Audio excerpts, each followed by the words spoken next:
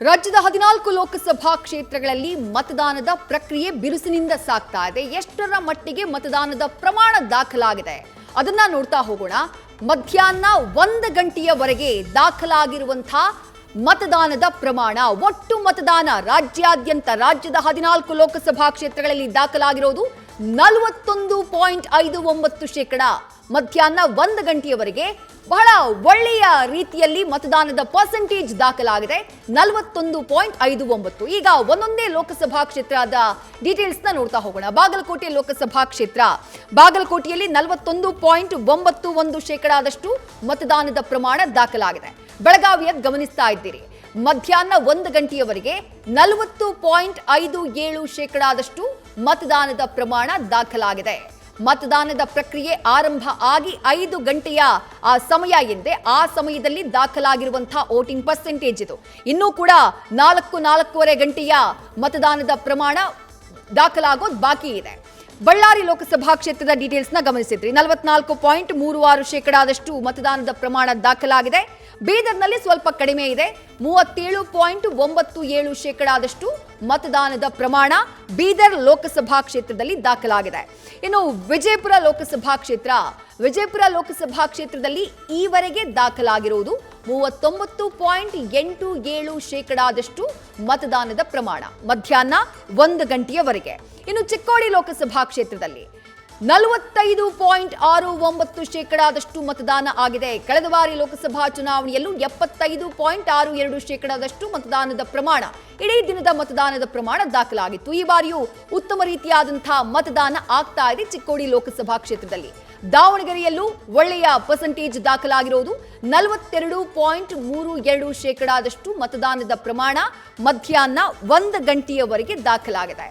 ಇನ್ನು ಗುಲ್ಬರ್ಗಾ ಲೋಕಸಭಾ ಕ್ಷೇತ್ರ, ಧಾರವಾಡ ಲೋಕಸಭಾ ಕ್ಷೇತ್ರದಲ್ಲಿ 40.61% ಮತದಾನದ ಪ್ರಮಾಣ ದಾಖಲಾಗಿದೆ ಮಧ್ಯಾಹ್ನ 1 ಗಂಟೆಯವರೆಗೆ. ಕಳೆದ ಬಾರಿ 70.29% ಮತದಾನದ ಪ್ರಮಾಣ, ಇಡೀ ದಿನದ ಮತದಾನದ ಪ್ರಮಾಣ ದಾಖಲಾಗಿತ್ತು.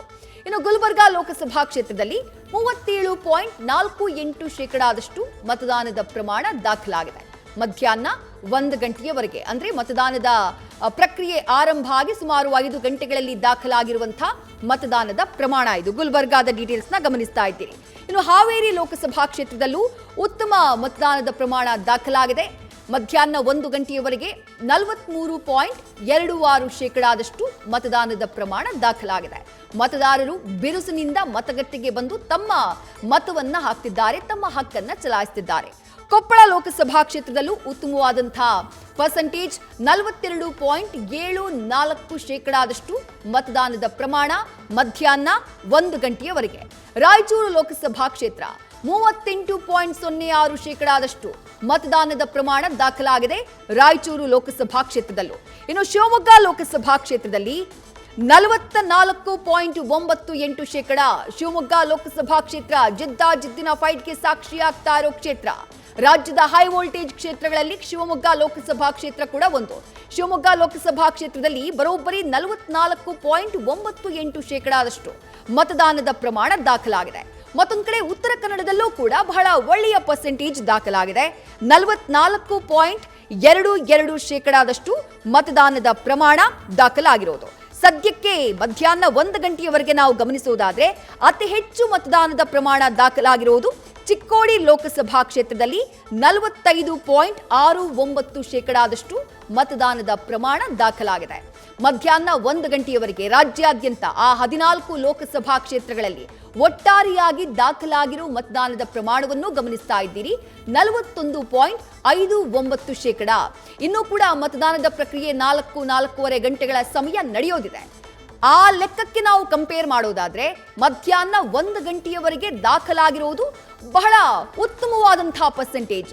ಜನರಿಂದ ಉತ್ತರ ಕರ್ನಾಟಕ ಭಾಗ ಅಥವಾ ಚುನಾವಣೆ ನಡೀತಾ ಇರುವಂತಹ ಆ ಮಲೆನಾಡು ಹಾಗೆಯೇ ಮಧ್ಯ ಕರ್ನಾಟಕ ಭಾಗದ ಲೋಕಸಭಾ ಕ್ಷೇತ್ರಗಳೇನಿದ್ದಾವೆ, ಬಹಳ ಒಳ್ಳೆಯ ರೀತಿಯ ಪ್ರತಿಕ್ರಿಯೆ ಸದ್ಯಕ್ಕೆ ಕಾಣಿಸ್ತಾ ಇದೆ.